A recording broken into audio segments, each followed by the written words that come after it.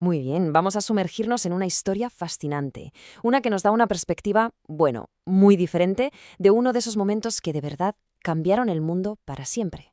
Porque claro, todos conocemos las fechas, los nombres importantes, pero ¿cómo fue vivirlo? ¿Qué se sentía en la calle mientras un imperio se venía abajo? Pues justo esa es la pregunta que vamos a explorar, y lo haremos a través de los ojos de un testigo directo que cuenta una historia increíble. Para poder entender bien esta historia, primero tenemos que viajar en el tiempo. Tenemos que situarnos en uno de los periodos más caóticos y confusos del siglo XX. A ver, estos son los grandes titulares, ¿no? Lo que todos hemos estudiado. Gorbachev, la perestroika, la caída del muro. Pero más allá de los grandes acontecimientos, la vida de la gente normal era una mezcla de confusión, de no saber qué iba a pasar mañana y sobre todo de situaciones que rozaban lo absurdo. Y es justo aquí donde entra nuestro guía, un guía de excepción para entender ese momento, la novela Soviética de Víctor Andresco.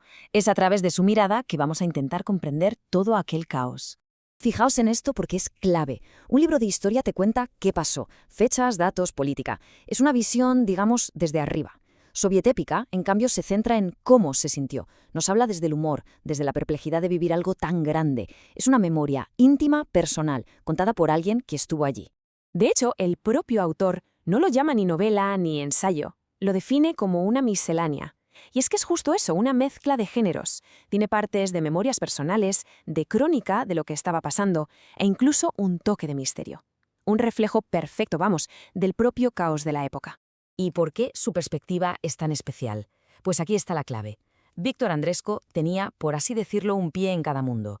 Era descendiente de rusos que huyeron de la revolución, creció en Madrid hablando un ruso antiguo, el de su abuela, un ruso casi de museo, y con ese bagaje se planta en la Unión Soviética a finales de los 80, justo cuando todo está a punto de estallar. Y esto nos lleva directos al corazón del relato. Nos vamos a Moscú, con un grupo de estudiantes españoles que llegan para un intercambio cultural. El momento no podía ser más extraño y fascinante. Acabaron en la mítica Universidad Patricio Lumumba, un lugar que se había creado precisamente como un escaparate para enseñar las bondades del sistema soviético al resto del mundo. La ironía es que llegaron justo cuando ese escaparate se estaba haciendo añicos.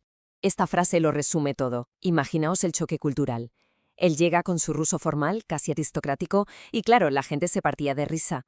El idioma había cambiado, estaba lleno de acrónimos, de jerga política, tuvo, como él dice, que sovietizar su propia lengua para que le tomaran en serio. Es que no estaban aprendiendo de los libros, estaban aprendiendo de la vida. Vivieron en primera persona la famosa ley seca de Gorbachev, con el vodka sirviéndose a escondidas en jarras de agua. Se movieron por el mercado negro, donde todo se podía conseguir, pero con otras reglas. Vieron cómo los símbolos comunistas seguían ahí, pero la gente ya estaba en otra cosa, en una especie de sálvese quien pueda. Y aquel periodo de caos no fue simplemente el fin de algo, fue también el principio de otra cosa. Fue una auténtica fractura, un momento que no solo marcó el futuro de Rusia, sino que en gran medida nos ayuda a entender cómo es la Rusia de hoy.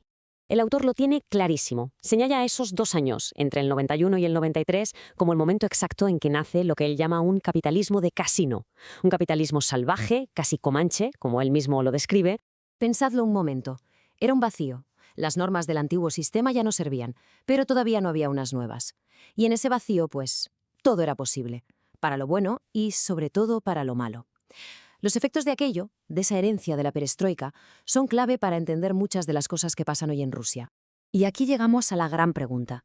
¿Por qué nos debería importar hoy una historia sobre unos estudiantes en los años 80?